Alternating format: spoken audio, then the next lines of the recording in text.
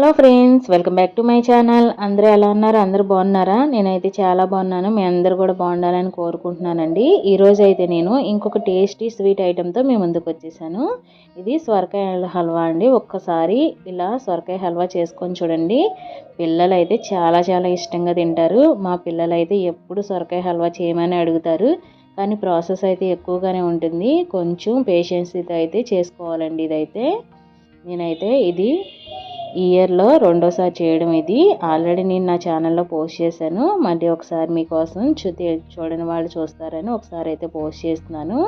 మీకు కనుక ఇంకా ఫుల్ వీడియో క్లియర్గా కావాలంటే కింద ప్లే బటన్లో ఇస్తాను, ఒకసారి చూసేయండి. ఇదైతే చాలా చాలా బాగుంటుంది స్వీట్. కొంచెం పేషెన్స్ తీసుకొని ఎవరైనా చేసుకోవాలనుకుంటే ఒకసారి చేసుకోండి. ఈ హల్వాకి అయితే మనం ముదురుగా ఉన్న సొరకాయలనే తీసుకోవాలండి. మనకి ఈ సొరకాయలో ఉన్న లోపల మెత్తగా ఉన్న గింజల పార్ట్ ఉంటుంది కదా, ఆ పార్ట్ మొత్తం రిమూవ్ చేసేసుకోవాలి. మొత్తం చూడండి, నేను ఇలా కోసి చూపిస్తున్నాను. ఇలా కోసుకున్న తర్వాత ఇలా మధ్యలో ఉన్న పార్ట్ ఉంది కదా, ఆ పార్ట్ మొత్తం రిమూవ్ చేసేసుకోవాలి. మనకి ఆ పార్ట్ హల్వాకి అయితే పనికిరాదు. తర్వాత ఇలా రిమూవ్ చేసుకున్న తర్వాత పైన ఉన్న తొక్క మొత్తం చక్కగా పీల్ చేసేసుకొని చిన్న చిన్న ముక్కలుగా చేసుకొని నేను ఇలా తురిమేసుకున్నానండి. తురిమేసుకున్న తర్వాత కుక్కర్లో 3 విజిల్స్ వచ్చే వరకు ఉడికించుకున్న తర్వాత వాటర్ మొత్తం డ్రైన్ చేసేసుకున్నాను. నేను ఇలా సన్నగా ఉన్న హోల్స్ వైపు తురుముకొని పక్కన పెట్టుకున్నానండి. నేను తర్వాత డ్రై ఫ్రూట్స్ కోసం నెయ్యి వేసుకొని నా దగ్గర ఉన్న డ్రై ఫ్రూట్స్ మొత్తం వేసుకొని వేయించుకుంటున్నాను. జీడిపప్పు, బాదం పప్పు, water melon seeds, sunflower seeds, తర్వాత కిస్మిస్ నా దగ్గర ఉంటే అవన్నీ వేసుకొని ఇలా నేతిలో ఫ్రై చేసుకుంటున్నానండి. కొంచెం బ్రౌన్ కలర్ వచ్చే వరకు వేయించుకొని ఒక గిన్నెలోకి అయితే తీసేసుకుందాం. ఫస్ట్ అయితే నేను ఈ తురుము మొత్తాన్ని కూడా కుక్కర్లో వేసుకొని 3 విజిల్స్ వచ్చే వరకు ఉడికించుకున్న తర్వాత ఆ వాటర్ మొత్తం డ్రైన్ చేసేసుకొని తర్వాత ఇలా నేతిలో మొత్తం కొంచెం కొంచెంగా ఫ్రై చేసుకుంటున్నానండి. నాకు ఆ వీడియో స్కిప్ అయింది, అందుకని ముందే చెప్తున్నాను. నేను ఫస్ట్ అయితే ఉడికించుకోవాలి మనం ఆ తురుము మొత్తాన్ని. తర్వాత ఇలా నేతిలో ఫ్రై చేసుకోవాలండి. తర్వాత ఇలా నేతిలో ఫ్రై చేసుకుంటేనే చాలా చాలా టేస్టీగా ఉంటుంది.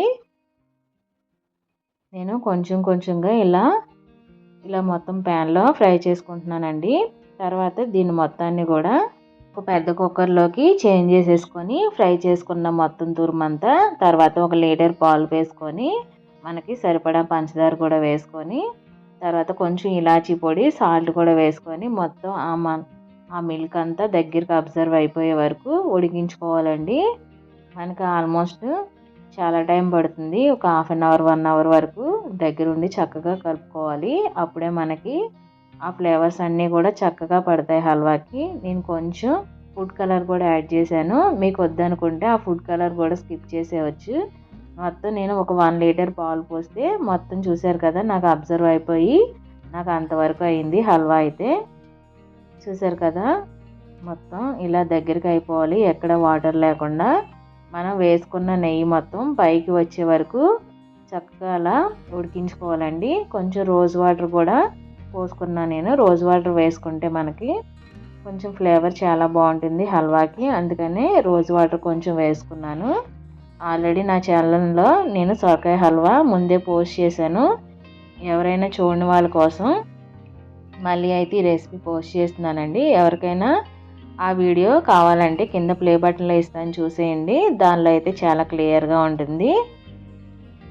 చూసారు కదా, మొత్తం మిల్క్ అంతా కూడా చక్కగా అబ్జర్వ్ అయిపోయింది. ఇప్పుడు వేరే సర్వింగ్ బౌల్లోకి తీసేసుకొని సర్వ్ చేసేసుకుందాం డ్రై ఫ్రూట్స్ వేసుకొని. చూసారు కదా, ఎంతో టేస్టీగా ఉండే సొరకాయ హల్వా అయితే రెడీ అయిపోయింది. ఒక్కసారి ఇదే ప్రాసెస్లో మీరు కూడా చేసుకొని చూడండి. చాలా చాలా టేస్టీగా ఉంటుంది. పిల్లలు కూడా చాలా ఇష్టంగా తింటారు.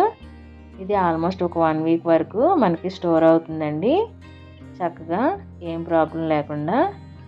ఒకసారి ఇదే ప్రాసెస్లో మీరు కూడా చేసుకొని చూడండి. వీడియో నచ్చితే ప్లీజ్ లైక్, షేర్, సబ్స్క్రైబ్.